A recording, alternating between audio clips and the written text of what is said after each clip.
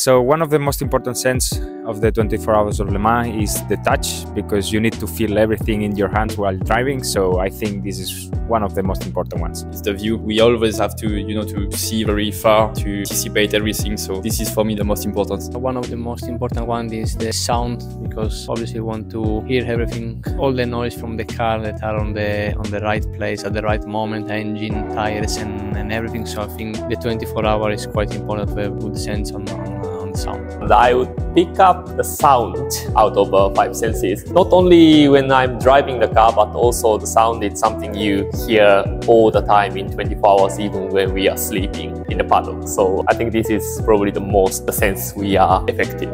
I don't know if it's the most important, but definitely one of the more important ones. I would say the sight, because it's quite crucial to see obviously what is going on in front of you. For me, the sense that is the most under pressure during a weekend like the 24 hours of Le Mans would be the sound, because whether you are in the car or not, you are always a bit like on standby, and you're hearing like the noise of the cars, the noise of the fans, you're hearing the speaker, and every time that the speaker is going up with his voice, you're like, oh, I hope my car is not in trouble. If you are in the car, of course, you have the sound of the car, but you also sometimes you can hear when a car is coming next to you. Maybe you haven't seen a prototype and you hear him before you see him, so it can be quite intense. So yeah, definitely I think like the sound is the one that is the most sensitive for me.